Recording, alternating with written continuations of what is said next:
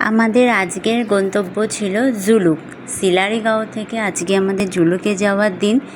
জুলুকে যাওয়ার সময় আমরা সাইট সিন করতে করতে গেছিলাম। তো সেখানে আমরা প্রথমে গেছিলাম ঋষিখোলা, তারপর Aritar lake, eco nature park, then Zuluk.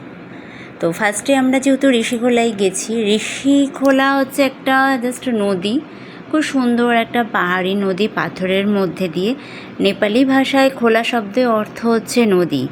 ঋষি নদী এখানেই পশ্চিমবঙ্গ আর সিকিমকে ভৌগোলিকভাবে পৃথক করে। পরের গন্তব্য ছিল আমাদের আরিতার লেক, যেটা 4,600 ফুট উচ্চতায় স্থাপন করা। এটা নিয়ার অ্যাবাউট 1120 ফুট লম্বা, 240 ফুট চওড়া। এটা হচ্ছে আরিতার লেক।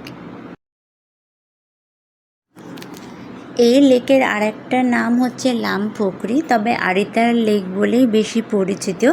যদিও স্থানীয় ভাষায় এই লেককে ঘাতি সো এই নামেই চেনে।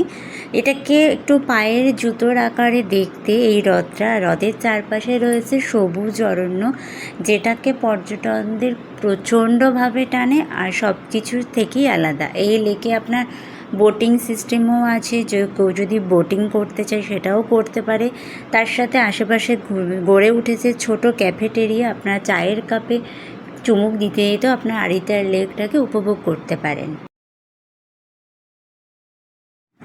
আরিতার লেক দেখার খুব ভালো সময় হচ্ছে গ্রীষ্ম ঋতু, যেটা মার্চের মাঝামাঝি থেকে মে মাস পর্যন্ত। এর মধ্যে খুব ভালো সৌন্দর্য আপনারা পাবেন। আর তাছাড়া পাহাড় সব সময় আলাদা আলাদা ঋতুতে আলাদা আলাদাভাবে তো আমাদের সামনে চলে আসে। তো সেক্ষেত্রে যে কোনো সময় যেতে পারেন, তবে মার্চ থেকে মে মাসের মধ্যে গেলে এর সৌন্দর্যটা আরও ভালোভাবে উপভোগ করা যায়, যেহেতু চারিদিকে পুরো ঘন অরণ্য, পাইন ফরেস্ট আছে, সাথে জল, সমস্ত কিছু আপনি পেয়ে যাবেন।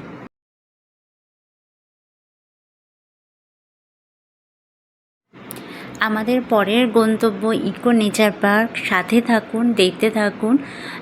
নেক্সট ভিডিওতে আপনারা ইকো নেচার পার্কের সমস্ত ডিটেলসটা পেয়ে যাবেন। সাথে আমরা যে রাস্তা দিয়ে গেছিলাম সেই রোড ভিউটা আপনাদের সামনে তুলে ধরবো। যদি আমার চ্যানেলে ভিডিও ভালো লাগে আপনাদের, প্লিজ সাবস্ক্রাইব করুন, লাইক করুন, শেয়ার, কমেন্ট করুন। খারাপ ভালো সমস্তটাই বলবেন, যাতে আমি আমার ভিডিওগুলোকে আরও সুন্দরভাবে আপনাদের সামনে তুলে ধরতে পারি।